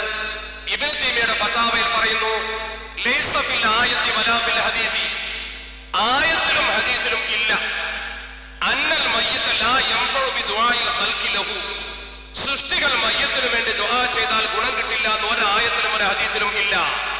വബിമാ യഅമലു അൻഹു മിനൽ ബിർരി, എന്തെങ്കിലും ഗുണം മയ്യത്തിന് വേണ്ടി നിങ്ങൾ ചെയ്താൽ ഗുണം കിട്ടൂല എന്ന് ഒരിക്കലും ഖുർആനിൽ പറഞ്ഞിട്ടില്ല, ഹദീസിൽ പറഞ്ഞിട്ടില്ല. ബൽ അഇമ്മത്തുൽ ഇസ്ലാമി മുത്തഫിഖൂന അലാ ഇന്തിഫാഇൽ മയ്യിതി ബിദാലിക, എല്ലാ മഹാന്മാരായ പണ്ഡിതന്മാരും അഇമ്മത്തും മയ്യത്തിന് അതുകൊണ്ട് ഗുണം കിട്ടുമെന്നാണ് പറഞ്ഞിട്ടുള്ളത്. അപ്പൊ നമ്മൾ എന്താ മനസ്സിലാക്കേണ്ടത്? മരിച്ചു കിടക്കുന്ന ഒരു മനുഷ്യന് വേണ്ടി ജീവിച്ചിരിക്കുന്നവർ തയ്യാറാണ് ഉപകാരം കിട്ടും. അപ്പോഴേക്കും ഇവർ വന്നിട്ട് നമ്മളോട് എന്താ പറയാ? ഇന്നക ലാ തുസ്മിഉൽ മൗത, ഇന്നക ലാ തുസ്മിഉൽ മൗത, മരിച്ചാൽ കേൾപ്പിക്കൂല, മരിച്ചാൽ കേൾപ്പിക്കൂല, ബേജാറാക്കും പറഞ്ഞു. ചെറിയ കുട്ടികളെ ഖുർആനിൽ ചെറിയ പരിഭാഷ വായിച്ചിട്ട് ഇന്നക ലാ തുസ്മിഉൽ മൗത, മരിച്ചവരെ താങ്കൾക്ക് കേൾപ്പിക്കാൻ കഴിയില്ല, അതിന് മരിച്ചവരൊന്നും കേൾക്കൂല. അത് പറയുന്നവർ അല്ലാഹുവിന്റെ പരിശുദ്ധ ഖുർആന്റെ വ്യാഖ്യാനവും ഖുർആന്റെ മുഴുവനായിട്ടും ഓർക്കണം. ഇന്നക ലാ തുസ്മിഉൽ മൗത വലാ തുസ്മിഉസ് സുമ്മ ദുആ ഇദാ വല്ലൂ മുദ്ബിരീൻ, അവർ തിരിഞ്ഞു കളഞ്ഞാൽ നിങ്ങൾക്ക് അവരെ കേൾപ്പിക്കാൻ കഴിയില്ല. ആ പറഞ്ഞ വാചകം പ്രബോധനം ഏൽക്കാത്ത വിഭാഗത്തെ കുറിച്ച് ബദിരർ, അതുപോലെ തന്നെ മരണപ്പെട്ടവർ അവരോട് തുല്യപ്പെടുത്തിയിരിക്കുകയാണ്.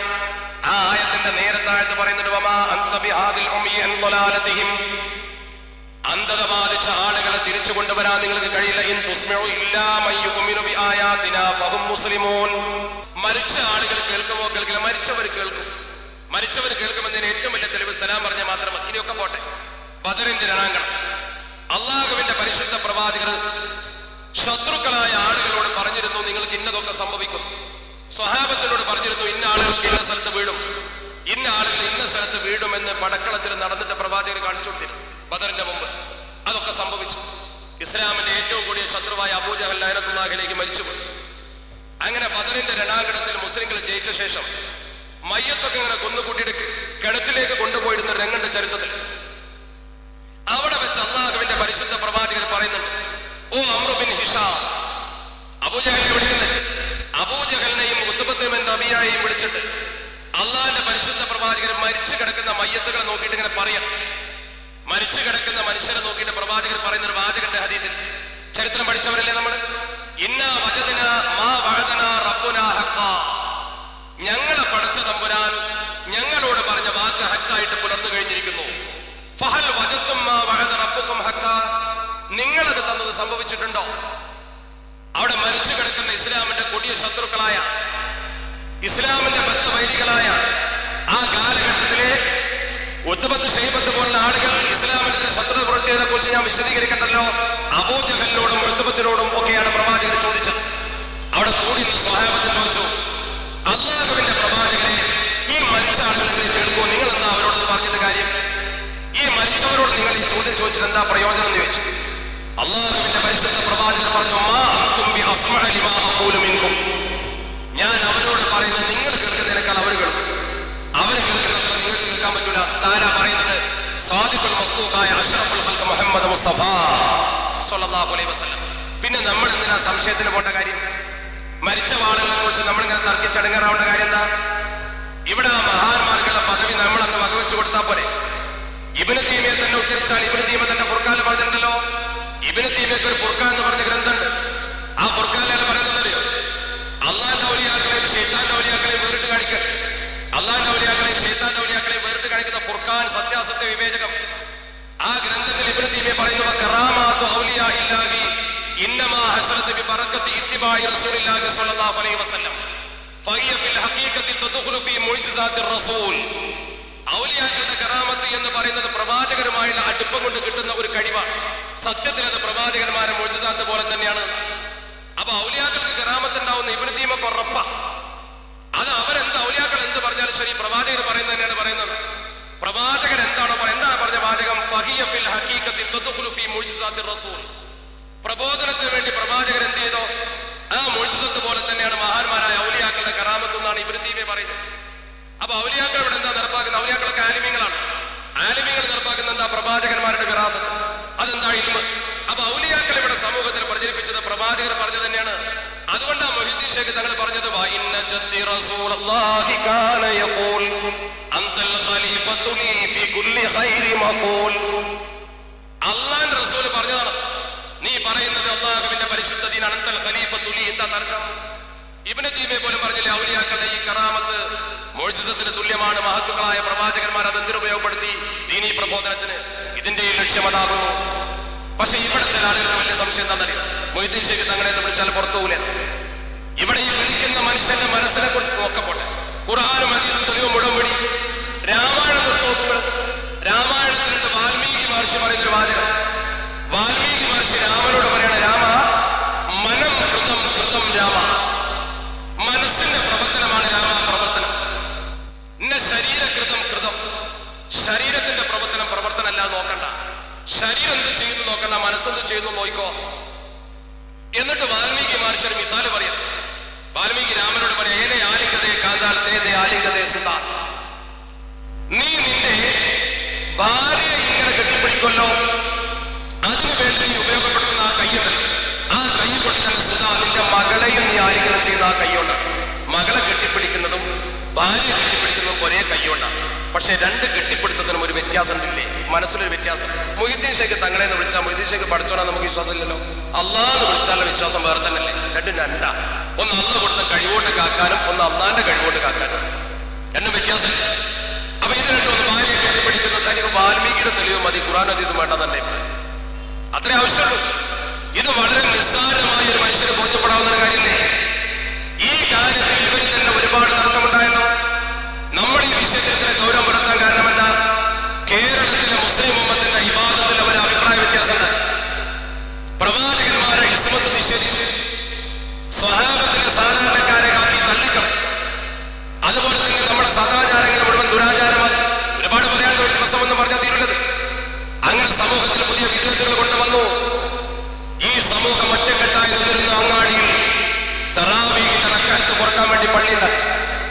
അല്ലാഹുവിന്റെ റസൂൽ ഭൂമിയിൽ ഒറ്റ കാര്യം പറഞ്ഞിട്ടുള്ളൂ, നിസ്കരിക്കാൻ പള്ളി നിർമ്മിച്ചത് അവിടെ നിസ്കരിക്കരുത് പഠിച്ചത് പറഞ്ഞ ഒറ്റ സംഭവത്തിൽ. റോട്ടുമ്മ വേണമെങ്കിൽ നമുക്ക് നിസ്കരിക്കാം, എവിടെ വേണമെങ്കിലും നിസ്കരിക്കാം. തൃപ്പം പീകിന്ന് പഠിച്ചോ പറഞ്ഞത് ഒരു പള്ളിയിലായതാ പള്ളി.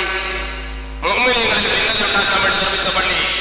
തഫ്രീഖൻ ബൈനൽ മുസ്ലിമീൻ മസ്ജിദു ദിറാർ ലാ തഖും ഫീഹി. നിസ്കരിക്കണ്ടാതാ പറഞ്ഞു. ഭൂമിയിൽ എവിടെയും പഠിച്ചോ നിസ്കരിക്കണ്ടാറില്ല, അവിടെ നിസ്കരിക്കണ്ട. അതെന്താ? മുസ്ലിങ്ങളിൽ ഭിന്നത ഉണ്ടാക്കുന്ന പ്രവർത്തനം നടത്താൻ പാടില്ല. ഇവിടെ തറാവീഹിന്റെ റക്അത്ത് കൊടുക്കാൻ പള്ളി ഉണ്ടാക്കിയില്ലേ? ജുമുഅന്റെ ബാങ്ക് കൊടുക്കാൻ പള്ളി ഉണ്ടാക്കിയില്ലേ? സ്ത്രീകളെ പള്ളിയിൽ കൊണ്ടുവരാൻ പള്ളിയുടെ സ്ത്രീകൾക്ക് ശരിക്കും മതം കൊടുത്ത ആനുകൂല്യമാണ്.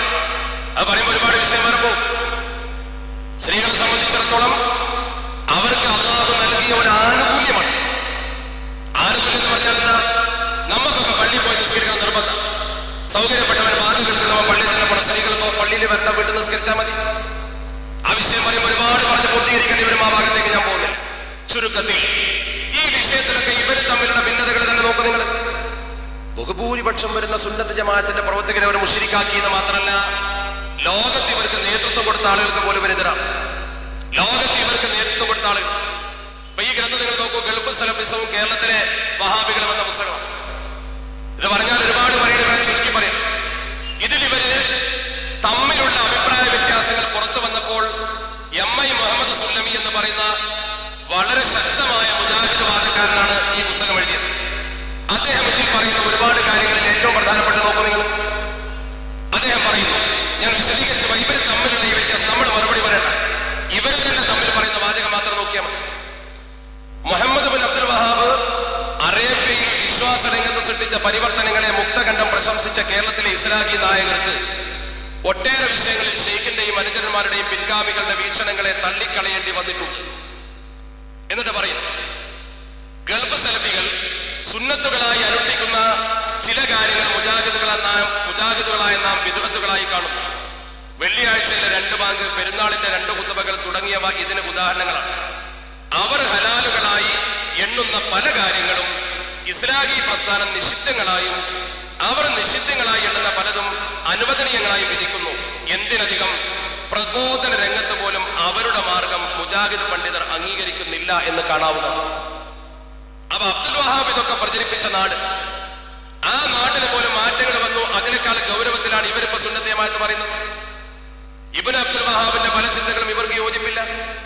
ഗൾഫ് സലഫികൾ ഇവരോട് വ്യത്യസ്തമാണ്. പിന്നെ ഗൾഫിലെ സലഫികൾ ആരോടാ യോജിക്കുന്നത്? ഇവർ തന്നെ പറയുന്നത് നോക്കൂ.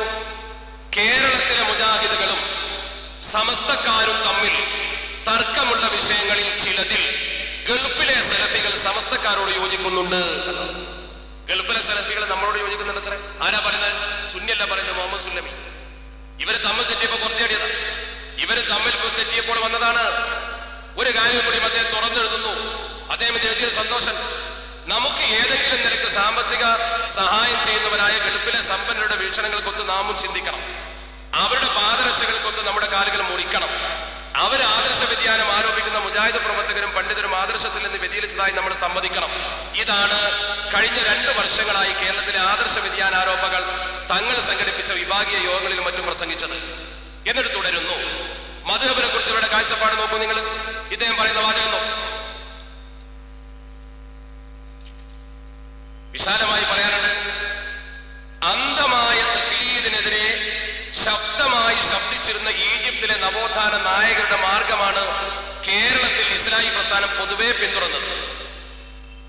എന്നിട്ട് പറയുന്നു, ഷാഫി മദ്ഹബിലെ ഗ്രന്ഥങ്ങളാണ് നാം പഠിക്കുകയും നമ്മുടെ അറബി കോളേജുകളിൽ പഠിപ്പിക്കുകയും ചെയ്യുന്ന കർമ്മശാസ്ത്ര ഗ്രന്ഥങ്ങളിൽ അധികവും.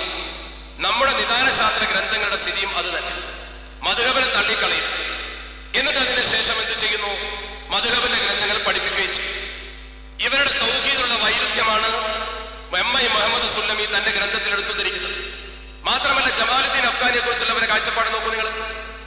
മുസ്ലിം ഐക്യ സംഘത്തിന്റെ കാലം മുതൽ കേരളത്തിലെ നവീകരണ പ്രസ്ഥാനത്തെ സ്വാധീനിച്ചിരുന്ന അറേബ്യൻ സ്രോതസ് ഈജിപ്ത് ആയിരുന്നതിനാൽ ജമാലുദ്ദീൻ അഫ്ഗാനി, ഷെയ്ഖ് മുഹമ്മദ് അബ്ദു, സയ്യിദ് റഷീദ് റിള തുടങ്ങിയവരെ വളരെ ആദരവോടെയാണ് ഇസ്ലാഹി നേതാക്കൾ പരിചയപ്പെടുത്തിയിരുന്നത്. അതിനൊരു ഉദാഹരണവും പറയുന്നു. ഇവരെഴുതിയൊരു കൃതി മുസ്ലിംകളുടെ മതപരവും സാമൂഹ്യവും രാഷ്ട്രീയവുമായ സംസ്കരണമായിരുന്നു അദ്ദേഹത്തിന്റെ അഥവാ ജമാലുദ്ദീൻ അഫ്ഗാനിയുടെ ലക്ഷ്യം. അഫ്ഗാനിയെ പുകഴ്ത്ത്. ഇതെന്തിനാ വായിക്കുന്നത്? ഇതേ അഫ്ഗാനിയെ കുറിച്ച് ഒരു അഭിപ്രായം വേറെ പറയുന്നുണ്ട്. അദ്ദേഹത്തിന്റെ മാസിക മുസ്ലിംകളിൽ പുതിയ ഉണർവും ധൈര്യവും നൽകി. KNMന്റെ ആദ്യകാല പ്രസിദ്ധീകരണങ്ങളിൽ പ്രമുഖ സ്ഥാനം വഹിക്കുന്ന തഖ്ലീദ് ഒരു പഠനം എന്ന കൃതിയിൽ ഒരു നക്ഷത്രം കിഴക്ക് ഉദിച്ചു എന്ന തലക്കെട്ടോടെയാണ് ജമാലുദ്ദീൻ അഫ്ഗാനിയെ പരിചയപ്പെടുത്തുന്നത്.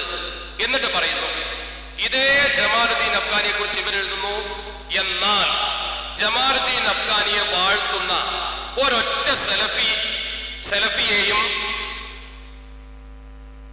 ഗൾഫ് രാഷ്ട്രങ്ങളിൽ കണ്ടെത്താൻ പ്രയാസമാണ്. അവിടുത്തെ സലഫികളും ഇഖ്വാനികളുമെല്ലാം അദ്ദേഹത്തെ പാശ്ചാത്യരുടെ ഏജന്റായാണ് ചിത്രീകരിക്കുന്നത്. പാശ്ചാത്യൻ സംസ്കാരത്തെ മുസ്ലിം ലോകത്ത് ഇറക്കുമതി ചെയ്തത് അദ്ദേഹമാണെന്ന് അവർ പറയുന്നു. അവ കേരളത്തിലെ സലഫികൾ ജമാലുദ്ദീൻ അഫ്ഗാനിയെ പുകഴ്ത്തുന്നു. വിദേശത്തെ സലഫികൾ അദ്ദേഹത്തെ സാമ്രാജ്യത്വ സൃഷ്ടിയുടെ ഏജന്റാണെന്ന് പറയുന്നു. ഏതാണ് നമ്മൾ ഉൾക്കൊള്ളേണ്ടത്? ഞാൻ പറഞ്ഞ പൊന്നാനി പാരമ്പര്യം അനുസരിച്ചുള്ള ത്വരീക്ക് നമുക്കിവിടെ ഉള്ളപ്പോ അതിന്റെ ഇടയ്ക്ക് 921 ഈ ത്വരീക്ക് ഇവിടെ കൊണ്ടുവരേണ്ട കാര്യമുണ്ടായിരുന്നു. ഒട്ടേറെ അന്തരങ്ങൾ ഈ സമൂഹത്തിന് മുമ്പിൽ അവർ പ്രകടിപ്പിച്ചല്ലോ. അത് സംബന്ധമായി ഒരുപാട് കാര്യങ്ങൾ ഇത് പറഞ്ഞാൽ എത്രത്തോളം എന്ന് ചോദിച്ചാൽ അഭിപ്രായ വ്യത്യാസമുള്ള ഒട്ടേറെ കാര്യങ്ങൾ. തറാവീഹിന്റെ റക്അത്തുകളുടെ എണ്ണം, ശ്രീ ജുമാ ജമാഅത്ത്, വെള്ളത്തിൽ മന്ത്രിച്ചുതൽ, 2-ാം ബാങ്ക്, പെരുന്നാളിന്റെ 2 ഖുത്ബ മുതലായ വിരലിലെണ്ണാവുന്ന ഏതാനും പ്രശ്നങ്ങളിൽ ചില്ലറ അഭിപ്രായ വ്യത്യാസങ്ങൾ ലോകത്തിന്റെ വിവിധ ഭാഗങ്ങളിലുള്ള സലഫികൾക്കിടയിൽ നിലനിൽക്കുന്നുണ്ടെങ്കിൽ തന്നെ അതൊരു വ്യതിയാനമല്ല. ആരാ പറയുന്നത്? വലിയ തൗഹീദ് പ്രചരിപ്പിക്കുന്ന ആളുകൾ. ആ വ്യതിയാനമൊന്നും വലിയ വ്യതിയാനമല്ല, അഡ്ജസ്റ്റ് ചെയ്ത് പോകാൻ പറ്റുന്ന ഇദ്ദേഹം പറയുന്നത്. എന്നിട്ട് ഇദ്ദേഹം പറയുന്നു, മറ്റു വിഷയങ്ങളുടെ കാര്യവും ഭിന്നമല്ല. സ്ത്രീകൾ ജുമഅയിലും ജമാഅത്തിലും പങ്കെടുക്കൽ ഉത്തമമാണെന്ന് നാം പറയുന്നു. ഉത്തമമല്ലെന്ന് പറയുന്ന സമസ്തക്കാരോട് നാം ഖണ്ഡന മണ്ഡലങ്ങൾ നടത്തുന്നു. സമസ്തക്കാരുടെ അതേ വാദം ഗൾഫിലെ സലഫികൾ പറയുമ്പോൾ ആദർശ വ്യതിയാനാരോപണങ്ങൾ നിസ്സാരം. നമ്മൾ പെണ്ണുങ്ങളെ പള്ളിയിൽ കൊണ്ടുവരാൻ പള്ളി ഉണ്ടാക്കുന്നു, സമസ്തക്കാർ വേണ്ടാന്ന് പറയുന്നു, ഗൾഫിലെ സലഫികളും വേണ്ടാന്ന് പറയുന്നു. ഏതാ സ്വീകരിക്കേണ്ടത്? കേരളത്തിന്റെ പാരമ്പര്യം ഏതാ? മഹാന്മാരായ മാലിക് റളിയല്ലാഹു തആല അൻഹു കെട്ടിപ്പൊക്കിയ പള്ളിയിൽ എവിടെയെങ്കിലും പെണ്ണുങ്ങൾ വന്നിട്ടുണ്ടോ? സ്ത്രീകളൊരു പള്ളിയിൽ കയറിയാൽ കുഴപ്പമെന്നല്ലോ അതിനർത്ഥം. ആരാധനക്ക് അവർ പള്ളിയിൽ വരേണ്ടതില്ല. പിന്നെയും പറയുന്നു, സമസ്ത കേരള ജംഇയ്യത്തുൽ ഉലമയും അതിന്റെ വിവിധ ചേരികളും മഹ്ദി ഇമാമിന്റെ വരവിനെ കുറിച്ച് സുവിശേഷം അറിയിക്കുന്നവരും അത് പ്രതീക്ഷിക്കുന്നവരുമാണ്. എന്നാൽ മുജാഹിദുകൾ, ജമാഅത്തുകാർ മുതലായവർ മഹ്ദിയുടെ ആഗമനത്തെ അംഗീകരിക്കുന്നില്ല. മുജാഹിദ് പ്രസ്ഥാനം പ്രസിദ്ധീകരിച്ച കൃതികളിലോ പാഠപുസ്തകങ്ങളിലോ മഹ്ദിയുടെ ആഗമനത്തിലുള്ള വിശ്വാസം പഠിപ്പിക്കുന്നില്ല. മഹ്ദി വിശ്വാസത്തെ മുജാഹിദ് പണ്ഡിതന്മാർ വിമർശിക്കാറുണ്ട്. അള്ളാന്റെ പരിശുദ്ധ ഹബീബ് പറഞ്ഞാൽ ഫാത്തിമ, മഹദി ഇമാമ വരുന്ന പരിശുദ്ധ ഹബീബ് പറഞ്ഞാണല്ലോ. വിശ്വാസത്തെയാണ് ഇവർ എതിർക്കുന്നത്, അടിസ്ഥാനത്തെയാണ് എതിർക്കുന്നത്. സമ്മതിക്കുന്നത് ആരാ? ഒരു മുജാഹിദ് മൗലവി തന്നെ പ്രസ്ഥാനത്തോട് തെറ്റ് കാണിച്ചുകൊണ്ട് രണ്ട് ഗ്രൂപ്പായപ്പോ മഹദി ഇമാമിനെ കുറിച്ച് അംഗീകാരം നൽകിയിരുന്ന പണ്ഡിതന്മാർ, സമത്തക്കാർ, ഗൾഫ് പണ്ഡിതന്മാർ അവരൊക്കെ ഉദ്ധരിക്കുന്നു. അംഗീകരിക്കാത്തവർ മുജാഹിദുകൾ മാത്രമാണ്. അത് കേരളത്തിലെ മുജാഹിദുകൾ മാത്രമല്ല. ആധുനിക സലഫി നായകനായി കണക്കാക്കപ്പെട്ടിരുന്ന ഷെയ്ഖ് അബ്ദുൽ അസീസ് ഇബ്നു ബാസ് ഒരു ചോദ്യത്തിന് മറുപടി നൽകിയത് ഇദ്ദേഹം ഉദ്ധരിക്കുന്നു. കേരളത്തിലെ മുജാഹിദുകൾ ഒരുപാട് പുസ്തകം എഴുതിയിട്ടുണ്ട്. ജമാഅത്തുകാർ മഹദി എന്ന മിഥ്യ എന്ന് പറഞ്ഞ പുസ്തകം എഴുതി. ഇബ്നു ബാസ് പറഞ്ഞതോ, ചോദ്യം, മഹദിയുടെ ആഗമനത്തെ കുറിച്ചുള്ള വിശ്വാസം ശരിയാണോ? അതിന് പ്രബലമായ ഹദീസുകളുടെ പിൻബലമുണ്ടോ? മറുപടി പറയുന്ന ആരാണ്? ഇബ്നു ബാസ്. എന്താ മറുപടി? മഹദിയുടെ ആഗമന സംബന്ധമായി ധാരാളം ഹദീസുകൾ ഉദ്ധരിക്കപ്പെട്ടിട്ടുണ്ട്. വിവിധ പരമ്പരകളിലൂടെ വന്ന അവ ഖണ്ഡിതമായ തെളിവ് നൽകാൻ പര്യാപ്തമായ മുതവാത്തിറുകളുടെ പദവിയിലേക്ക് തത്വത്തിൽ എത്തുമെന്ന് പല പണ്ഡിതരും പ്രസ്താവിച്ചിട്ടുണ്ട്. തവാത്തുറത്ത് ഫിൽ അഖ്ബാരി എന്നാ പറഞ്ഞത്. മുതവാത്തിർ എന്ന് പറഞ്ഞാൽ എന്താ? കണക്കില്ലാത്തത്ര പരമ്പരകളിലൂടെ നിവേദനം ചെയ്യപ്പെട്ട നിഷേധിക്കാൻ പറ്റാത്ത ഹദീത്ത്. അത്ര പ്രധാനപ്പെട്ട ഹദീത്തിൽ വന്ന മഹദി ഇമാമിനെ എന്തിനാ നിഷേധിച്ചത്? വിശ്വാസത്തെ ഹനിക്കുന്ന പ്രവർത്തനമല്ലേ അത്? ഗൾഫിലെ സലഫി പണ്ഡിതർ എണ്ണി പറയുന്ന കാര്യങ്ങളൊന്നും ഇവർക്ക് ബാധകമല്ല. ഇവർ പറയുന്നൊന്നും ഗൾഫിലെ പണ്ഡിതന്മാർക്ക് ബാധമില്ല. തൗഹീദിന്റെ ഒരു പ്രധാന ഇനമായി ഗൾഫിലെ സലഫി പണ്ഡിതർ എണ്ണി പറയാനുള്ള ഒന്നാണ് നാമവിശേഷങ്ങൾ, അല്ലാഹുവിന്റെ ഏകത്വം.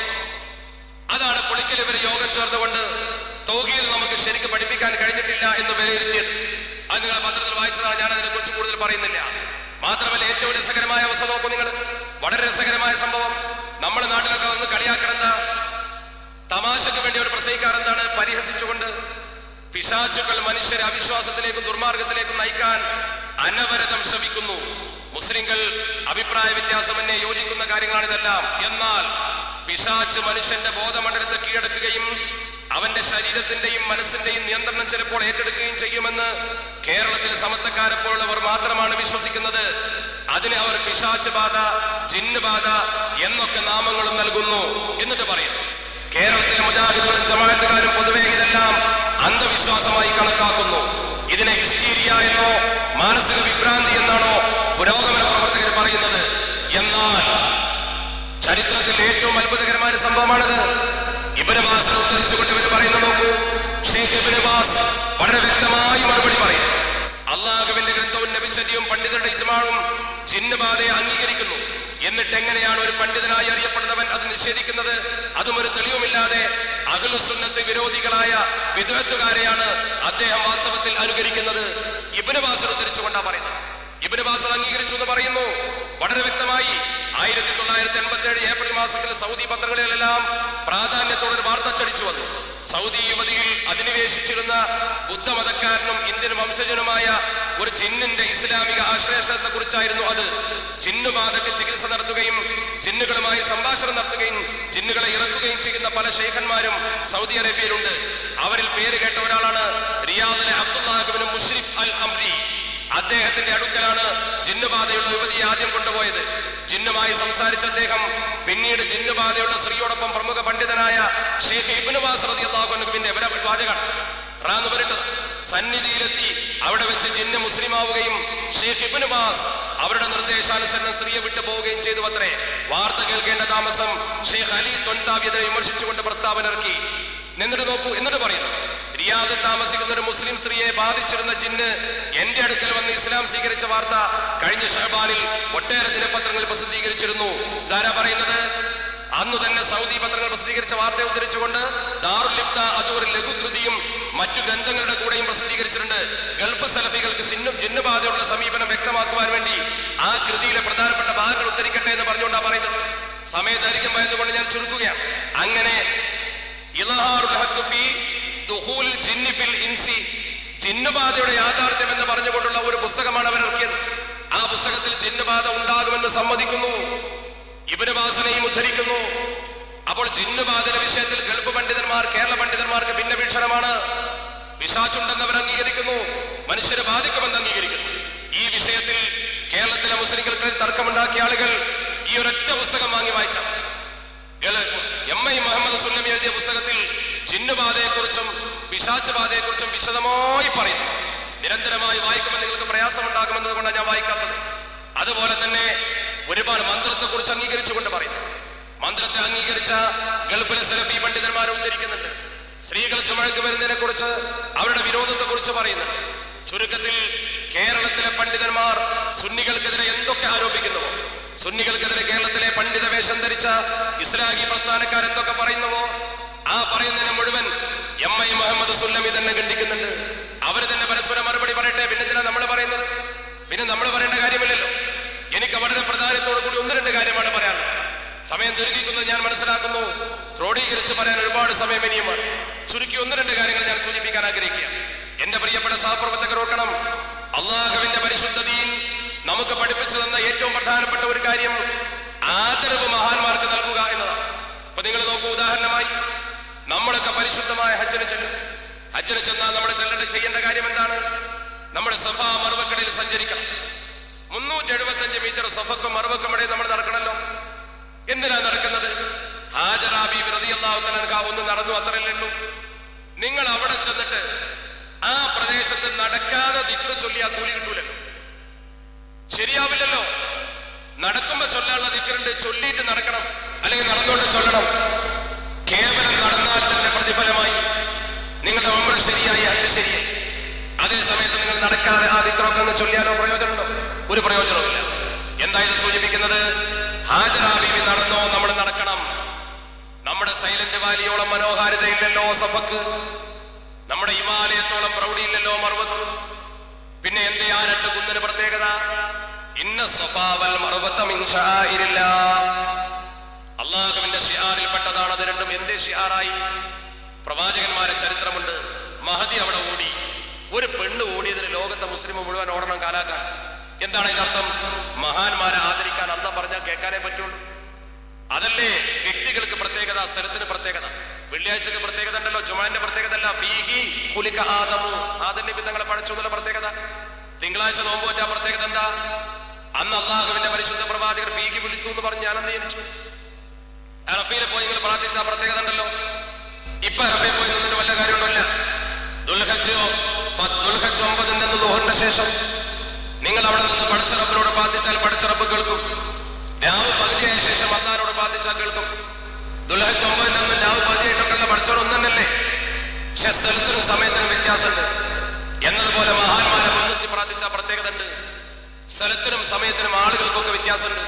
അത് അംഗീകരിച്ചു കൊടുക്കാൻ നമ്മുടെ മനസ്സിനെന്തിനാ അഹങ്കാരം? അതാണ് അംഗീകരിച്ചു കൊടുത്തൂടെ. ഇന്ന് തൗഹീദ് പോകും. അതുകൊണ്ടൊന്നും മനുഷ്യന്റെ തൗഹീദ് പോകില്ലല്ലോ. ഇബ്രാഹിം മക്കാം, ആ മക്കാമിന്റെ പിന്നിൽ നിസ്കരിക്കണം എന്നാണ് തവാഫ് കഴിഞ്ഞവനോട് പറഞ്ഞത്. 7 തൗഫത്ത് ഒരു തവാഫാണ്. 7ാമത്തെ തൗഫത്ത് കഴിഞ്ഞാൽ നിസ്കരിക്കേണ്ടത് ഈ മക്കാമിന്റെ ബാക്കിലാണ്. എന്താണ് ഈ മക്കാമ്? ഒരു കല്ല്. എന്താ കല്ലിന്റെ പ്രത്യേകത? 2 കാൽപ്പാട്. ആരെ കാലാ? പ്രവാചകന്റെ കാല്. പ്രവാചകനാരാ? ഒരു മനുഷ്യൻ. ആ കാലിന്റെ ചൂടിൽ സുജൂദ് ചെയ്യേ. ഒരു വ്യക്തി പൂജയാവൂലേ? എന്റെ പടച്ചോന് വാശി അവിടെ തന്നെ സുജൂദ് ചെയ്യണം. അല്ലാഹ് പറഞ്ഞു വത്തഖിദൂ മിൻ മഖാമി ഇബ്രാഹീമ മുസല്ലാ, അവിടെ തന്നെ സുജൂദ് ചെയ്താലേ പറ്റുള്ളൂ. ആ സുജൂദിന്റെ പുണ്യം പൂർണ്ണമായി കിട്ടാൻ അവിടെ ചെയ്യണമെന്ന. അപ്പൊ പ്രവാചകന്റെ കാലിന്റെ ചോട്ടിൽ സുജൂദ് ചെയ്ത വ്യക്തി പൂജ ആവൂല. ആ സുജൂദ് ആ കാലിനല്ല, പക്ഷെ അവിടെ ചെയ്യണമെന്ന് പടച്ചോൻ പറഞ്ഞതാ. അല്ലാഹ് പറഞ്ഞത് കേൾക്കണം എന്നാ നമ്മുടെ കടമ. അല്ലാഹു റബ്ബുൽ ഇസ്സത്ത് പറഞ്ഞു അവിടെ തന്നെ സുജൂദ് ചെയ്യണം. എന്താ ഇതിന് തർക്കമുള്ളത്? പടച്ചോന്റെ ശിആർ മാനിക്കാൻ എന്താ തർക്കം? ഇബ്രാഹിം നബിന്റെ കാലിന്റെ ചോട്ടിൽ നിസ്കരിക്കാം, മമ്പുറത്ത് നിന്ന് സിയാർത്ത് ചെയ്യാൻ പാടില്ല. എന്താ? മമ്പുറത്ത് തങ്ങൾ അല്ലാഹ് ബഹുമാനിച്ചു, അവിടെ പോയി സിയാർത്ത് ചെയ്തോ? അവിടെ സിയാർത്ത് ചെയ്തെങ്കിലേ മുഅ്മിനാവും നമ്മളാരും പറഞ്ഞിട്ടില്ല. പക്ഷെ അവിടെ സിയാർത്ത് ചെയ്താൽ ഇസ്ലാം എന്ന് പുറത്തു പോകുന്ന പറഞ്ഞ് വാശി പിടിക്കാൻ പാടില്ല. മമ്പുറത്ത് തങ്ങൾക്ക് മഹത്വമില്ല എന്നും പറയാൻ പാടില്ല. അത്രയും നമ്മൾ പറയുന്നുള്ളൂ. മഹാന്മാരുടെ ആദരവ് വകവെച്ച് കൊടുക്കണമെന്നേ നമ്മൾ പറയുന്നുള്ളൂ. അഷ്റഫുൽ ഖൽഖിന്റെ മഹത്വം വകവെച്ച് കൊടുക്കണം, സാധാരണ മനുഷ്യരല്ല. നിഷേധിക്കുന്ന ഒരാൾ പുറത്തിറങ്ങിയിട്ട് ചന്ദ്രനെ നോക്കി ഇങ്ങനെ 2 വട്ടാക്കി എന്താ ചെയ്യാ? മനോരോഗാശുപത്രി കൊണ്ടുപോയി അഡ്മിറ്റ് ചെയ്യും, സുഖമില്ല എന്ന് മനസ്സിലാക്കും. അള്ളാഹിന്റെ പരിശുദ്ധ പ്രവാചകൻ ഇങ്ങനെ ചെയ്തപ്പോൾ ചന്ദ്രൻ പടർന്നു. അത് കേരളത്തിൽ കണ്ടു. കേരളത്തിൽ കണ്ട തീയതി എഴുതി വെച്ച രാജാവ് പിന്നെ അന്വേഷിച്ചിട്ട് അയാൾ പോയി മുസ്ലിം ആകാൻ. ആ മുഅ്ജിസത്ത് ഇസ്ലാമിക പ്രബോധനത്തെ ഉപകരിച്ചു. അതാണ് ചരിത്രം പറയുന്നത്.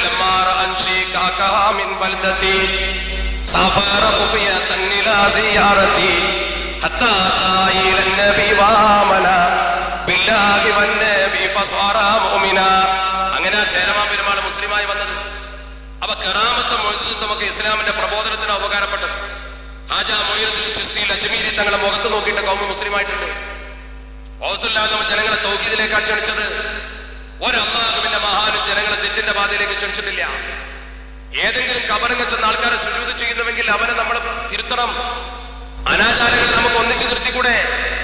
സമത്വ കേരള ജമിയത്തിൽ നമുക്ക് 5 ഉദ്ദേശ ലക്ഷ്യമുള്ളത്: സുന്നത്തിമായതിന്റെ പ്രചരണം, വിദേഹത്തിന്റെ പ്രതിരോധം, മുസ്ലിങ്ങളുടെ പ്രശ്നം പരിഹരിക്കുക, സാമുദായികവും അതുപോലെ തന്നെ വ്യവസ്ഥാപിതവുമായ അവകാശ സംരക്ഷണം, മതവിദ്യാഭ്യാസത്തോടൊപ്പം ഭൗതിക വിദ്യ പ്രോത്സാഹിപ്പിക്കുക. 5ാമത് പറയുന്നത് എന്താ? മുസ്ലിം സമുദായത്തിലെ അനൈക്യം, അധർമ്മം, അനാചാരം, അന്ധവിശ്വാസം ഇത് 4 നിർമ്മാർജ്ജനം ചെയ്യുക. നമുക്ക് കൂട്ടായി ശ്രമിച്ചൂടെ? വിവാഹത്തിൽ അനാചാരമാണോ പ്രശ്നം? കൗമിന്റെ തൗഹീദിലെ കുറവാണോ പ്രശ്നം? സമൂഹം ചെയ്യുന്ന വൃത്തികേടാണോ പ്രശ്നം? നമുക്ക് കൂട്ടായി ശ്രമിച്ചൂടെ? എന്തിനാ നമ്മൾ മഹാന്മാരെ ധിക്കരിച്ചിട്ട് ദീനുണ്ടാക്കാൻ പോകുന്നത്? ഇഹ്ദിന സിറാത്തുൽ മുസ്തഖീം ദ്വാരക്കുന്നവരോട് അല്ലാഹ് പറഞ്ഞ എന്താ? നേരിന്റെ പാതയിൽ ചേർക്കാൻ തോരുന്നോ? ഏതാ നേരിന്റെ പാത? അള്ളാന്റെ പാത എനിക്കറിയാം, നിങ്ങൾക്കറിയാം. ഒറ്റ വാക്കിൽ പഠിച്ചോനെ പറഞ്ഞാൽ പോരെ സിറാത്തുല്ലാഹി അള്ളാന്റെ പാത, അല്ലെങ്കിൽ വേണ്ട സിറാത്തുൽ ഇസ്ലാമി ഇസ്ലാമിന്റെ പാത എന്ന് പറഞ്ഞാൽ പോരെ? അല്ലാഹ് പറഞ്ഞെന്താ? വളച്ചു കെട്ടിയിട്ടാ പറഞ്ഞത്. സിറാത്തുൽ ലദീന അൻഅംത അലൈഹിം, അനുഗ്രഹിച്ചവരുടെ പാത. അങ്ങനെ പറയേണ്ട വല്ല കാര്യമുണ്ടോ? അതെന്താ? അങ്ങനെ പറഞ്ഞാലേ ഇസ്ലാം കിട്ടുള്ളൂ. അല്ലാത്ത മുഴുവൻ ഹദീസും ആയത്തും ഓതും അതൊന്നും നമ്മൾ അംഗീകരിക്കാൻ പറ്റൂല. അപ്പൊ അതാണ് അള്ളാഹുവോട് നേരിട്ടാണ് ചോദിച്ചാൽ പോരെ. നിങ്ങൾ എന്തിനാ ഇടക്കാളെ നിർത്തിയെന്നാ ചോദിക്കുന്നത്? ഇടക്കാളെ നിർത്താതെ ഇസ്ലാം മനസ്സിലാക്കാൻ കഴിയില്ല. എന്നാൽ പ്രാർത്ഥിക്കാൻ ഇടക്കാളെ നിർത്തണം നിർബന്ധം സമത്വക്കാർ പിടിച്ചിട്ടില്ല. ഇടയാളന്മാരെ നിർത്തിയാൽ ഗുണമുണ്ട്, ശരിക്കും ദീന് മനസ്സിലാക്കാൻ കഴിയും. ആത്മീയതക്ക് അങ്ങനെ ഒരു വിലയുണ്ട്. അതിനെന്തിനാ നമ്മൾ അത്ഭുതപ്പെടുന്നത്? സിയാറത്ത് നടത്തുന്നതിന് എന്തിനാ നമ്മൾ നിരുത്സാഹപ്പെടുത്തുന്നത്? അവിടുത്തെ പെണ്ണുങ്ങള് ഇസ്ലാമിക വേഷം ധരിക്കാതെ വരുന്നുണ്ടോ? നമുക്ക് ഒന്നിച്ച് പറയാം, ഇസ്ലാമിന്റെ വേഷം ധരിച്ചേ പെണ്ണ് പുറത്തിറങ്ങാൻ പാടുള്ളൂ. എന്താ തർക്കം? അതുകൊണ്ട് ജനങ്ങൾ ഒരു കാര്യം മനസ്സിലാക്കണം. അല്ലാഹു പരിശുദ്ധ ഖുർആനിൽ നമ്മളോട് പറഞ്ഞത്, യാ അയ്യുഹല്ലദീന ആമനൂ വഅമിലുസ് സ്വാലിഹാത്ത്, വിശ്വസിച്ചവരെ സൽക്കർമ്മം ചെയ്തവരെ, വിശ്വസിച്ചവരെ സൽക്കർമ്മം ചെയ്തവരെ. വിശ്വാസത്തിന് പ്രാധാന്യം. അമല് കുറെ ചെയ്തു എന്ന് കരുതി സ്വർഗം കിട്ടുമെന്ന് കരുതണ്ട. നമ്മളെക്കാൾ ഏറെ പുണ്യം ചെയ്യുന്ന മുസ്ലിങ്ങൾ കുറെ ഉണ്ട്. അല്ലാഹ് ഭൂമിയിൽ നിന്ന് കൂലി കൊടുക്കും, പരലോകം ശൂന്യം. അല്ലാഹ് ഉദ്ദേശിച്ചതുപോലെ നടക്കും. അപ്പൊ നമ്മൾ എന്താ ചെയ്യേണ്ടത്? അഖീദയാണ് ആദ്യം ശരിയാവേണ്ടത്, വിശ്വാസമാണ് ആദ്യം ശരിയാവേണ്ടത്. വിശ്വാസം ശരിയായാൽ എല്ലാം രക്ഷപ്പെട്ടു. ഇല്ലെങ്കിലോ? വിശ്വാസം ശരിയായില്ലെങ്കിൽ മനുഷ്യൻ പരാജയപ്പെട്ടു. അല്ലാഹു കാത്തുരക്ഷിക്കുമാറാവട്ടെ. അതാ നമ്മൾ മനസ്സിലാക്കണം. അതുകൊണ്ട് ദൂരെ ഇരിക്കുന്ന സ്ത്രീകളൊക്കെ ശരിക്കും മനസ്സിലാക്കണം. ഇന്ന് ദൃശ്യശ്രാവ്യ മാധ്യമങ്ങളുടെ കാലമാണ്. ഒരു കാസറ്റ് തയ്യാറാക്കി നിങ്ങളെ കയ്യിൽ തരാൻ ഒരു പ്രയാസമല്ല. നിങ്ങളിങ്ങനെ കാണും ടെലിവിഷൻ സ്ക്രീനിൽ. ഇപ്പൊ ഞാൻ പ്രസംഗിക്കുന്നത് ഇടയ്ക്കൽ കട്ട് ചെയ്ത് കൊടുത്താൽ, നേരത്തെ പറഞ്ഞപ്പോ ഒരു പ്രസംഗം മുഴുവൻ കേൾക്കുന്നതും കട്ട് ചെയ്ത് കേൾക്കുന്നതും തമ്മിൽ വലിയ വ്യത്യാസം. പകുതി മുറിപ്പിച്ച് കേൾപ്പിക്കും. അപ്പൊ നമ്മൾ ആശങ്കയിൽപ്പെടും. മനസ്സിന് ആശങ്കപ്പെടുത്താൻ വരുന്ന ആരോടും നിങ്ങൾ പോരിന് പോകണ്ട, കുഴപ്പമുണ്ടാക്കാൻ പോണ്ട. നമ്മൾ തമ്മിൽ തല്ലിത് കണ്ട് ചിരിക്കാൻ ആളുകൾ വേറുണ്ടാവും. അതുകൊണ്ട് നിങ്ങൾ മനസ്സിലാക്കേണ്ട തൗഹീദ് എന്താണെന്നും ഇസ്ലാം എന്താണെന്നും ശരിക്കും നമുക്ക് മനസ്സിലാക്കി തന്നത് മഹാന്മാരായ പ്രവാചകന്മാരാണ്. അവരെ ധിക്കരിച്ചിട്ടൊരു പണി നമുക്ക് വേണ്ട. അത്ഭുതങ്ങൾ സംഭവിക്കും, അത് അംഗീകരിച്ചേ പറ്റൂ. ഖുർആൻ പറഞ്ഞിട്ടുണ്ട്, സക്കരിയ നബി തങ്ങളുടെ സ്വന്തം മകൾക്ക് മിഹ്റാബിലെ വിഭവങ്ങൾ കണ്ടപ്പോ എവിടുന്ന് കിട്ടിയിരുന്നെന്ന് ചോദിച്ചു. മറിയം അന്നാലകി ഹാദാ, അത് അല്ലാഹു തന്നു എന്ന് പറഞ്ഞു. അല്ലാഹുവിന് അങ്ങനെ അടിമകൾക്ക് ചെയ്തു കൊടുക്കാൻ പറ്റും. ഹുവൈബ് റളിയല്ലാഹു തആല തടവിൽ കിടക്കുമ്പോൾ മുന്തിരി തിന്നു വന്ന മുന്തിരിയുടെ കാലമല്ല, എവിടുന്ന് കിട്ടി? അല്ലാഹു കൊടുത്തു. അതുപോലത്തെ എത്ര എത്ര അനുഭവങ്ങൾ, അതൊക്കെ വിശദീകരിച്ച് സമയം കളയണോ? അതിലൊക്കെ നിഷേധിക്കാൻ എന്തിനാ നമ്മൾ പാടുപെടുന്നത്? ഒരു കാര്യം ഉറപ്പിക്കാം, അല്ലാഹുവിന് മാത്രമേ ആരാധന ആകാവൂ, അല്ലാഹുവിനോട് മാത്രമേ സഹായം തേടാവൂ എന്നല്ല പറയേണ്ടത്. ഈ അല്ലാഹുവിനുള്ള ഉലൂഹിയത്ത് അല്ലാഹുവിന് മാത്രമേ കൊടുക്കാൻ പറ്റൂ. ഭൗതിക സഹായം നമ്മൾ ആരോടും തേടും. പരലോകത്തിന്റെ സഹായം നമുക്ക് ആരോടും ചോദിക്കാൻ ഒരു കുഴപ്പമില്ല. ചോദിക്കപ്പെടുന്നവൻ അല്ലാഹു അല്ലാത്ത ഒരാളാണെങ്കിൽ അയാളെ നമ്മൾ അല്ലാഹു കൊടുത്ത കഴിവിന്റെ മഹാനായിട്ടാണ് മനസ്സിലാക്കുന്നത്. മമ്പർത്ത് തങ്ങളെ എന്ന് വിളിക്കുമ്പോൾ തങ്ങൾക്ക് വലിയ പദവി അല്ല കൊടുത്തിട്ടുണ്ട്, നമുക്കറിയാം. നമ്മൾ അവരെ സ്നേഹിക്കുന്ന ആൾക്കാരാണ്. അൽഖബിൽ നായ, ആ നായ ആ വിഭാഗത്തെ സ്നേഹിച്ചു. അതുകൊണ്ട് ആ നായ സ്വർഗത്തിലാണെന്ന് മഹാന്മാര് പറഞ്ഞു. ആ നായയുടെ സ്ഥാനം എത്ര വലുതാ! ഇന്നി യുഹിബ്ബു അഹ്ബാബല്ലാഹ് എന്ന നായ പറഞ്ഞു, ഞാൻ അല്ലാഹുവിനെ ഇഷ്ടപ്പെടുന്നവരെ സ്നേഹിക്കുന്നു. മഹാന്മാരെ ഒപ്പം നിന്നാ സ്വർഗത്ത് പോയിക്കൂടെ? മഹാന്മാരെ കൂടെ നിന്നാ സ്വർഗത്ത് പോകാൻ പറ്റും. അത് അല്ലാഹുവിന്റെ ദീൻ പഠിപ്പിച്ചതാണ്. മഹാന്മാരെ കൂടെ എന്ന് പറഞ്ഞാൽ ഇമാമത്ത് നിൽക്കുന്ന ഒരു ഇമാമ്, ആ ഇമാമിന്റെ ബാക്കിൽ വന്ന് തുടരുന്ന ആള് മസ്ബൂക്കാണെങ്കിൽ ഫാത്തിഹ വേണ്ട, ആരാ ഫാത്തിഹ ചുമന്നത്? ഇമാമ് കൊണ്ടുപോയി. ഇമാമിനുള്ള പവർ കൊടുത്തിട്ടുണ്ട്.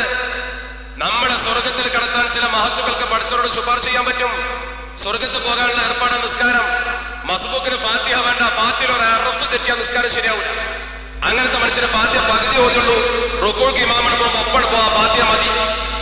അത് ആർക്കാ അവകാശം? ഇമാമിനൊരു അവകാശം. ഏത് നാടൻ ഇമാമാണെങ്കിലും ശരി. ഇത് നമ്മൾ മുഴുവൻ അംഗീകരിക്കുന്നുവെങ്കിൽ നമ്മുടെ ചില കഴിവുകേടുകൾ പോക്കാൻ മഹാന്മാർക്ക് കഴിയില്ലേ? നമ്മുടെ ചില ദോഷങ്ങൾ പൊറപ്പിക്കാൻ അല്ലാഹുവിന്റെ മുമ്പിൽ അവർക്ക് പറഞ്ഞൂടെ? എന്താണ് വിശ്വസിക്കാൻ ഇത്ര തർക്കം? എന്താ അതിന്റെ പേരിൽ നമ്മൾ ഇത്ര വിഷമിക്കണം എന്തിനാ? എന്നിട്ടും ജനങ്ങളെ ഈമാൻ പഠിച്ചുപോയി, വിശ്വാസം പഠിച്ചുപോയി എന്നൊക്കെ പറഞ്ഞിട്ട് അള്ളാഹുവിന്റെ അടിമക്ക് അല്ലാഹ് മാത്രം പോരേന്ന് ചോദിച്ച് അടങ്ങാറാക്കട്ടെ. ഞാൻ ആരെയും പ്രകോപിപ്പിക്കാൻ ആഗ്രഹിക്കുന്നില്ല. ഇത് പറഞ്ഞാൽ ഇനിയും ഒരുപാട് വശങ്ങൾ വരെ പറയാറുണ്ട്. അവസാന കാലത്ത് ഇങ്ങനെയൊക്കെ വരും.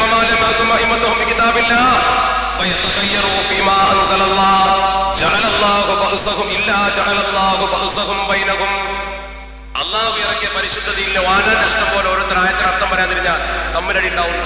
അത് സ്വാഭാവിക. ഓരോരുത്തരും അങ്ങനെ ചെയ്താൽ അങ്ങനെ ഉണ്ടാവും. അവനാന്റെ ഇഷ്ടത്തിന് ഖുർആൻ അവനെ വ്യാഖ്യാനിച്ചൂടെ? പണ്ട് ചേകരുടെ പോലെ മഞ്ചേരിയിൽ പ്രസംഗിച്ച് എപ്പോഴും എന്റെ മനസ്സിൽ ഓർമ്മയുണ്ട്. അയാളിങ്ങനെ പൊടിമാറി പ്രസംഗം നടത്താൻ സുന്നത്തിനെ കുറിച്ച് ഒരാൾ എഴുതി ചോദിച്ചു, മൗലവി നിങ്ങളെന്താ താടി വെക്കാത്തത് സുന്നത്തല്ലേ എന്ന് ചോദിച്ചു. ഉടനെ തന്നെ മറുപടി എന്താ പറയും? ചോദ്യം കിട്ടിയ ഉടനെ മറുപടി നമ്മുടെ മഞ്ചേരി വെച്ചാലായിരുന്നു. ഉടനെ മറുപടി എന്താ മറുപടി?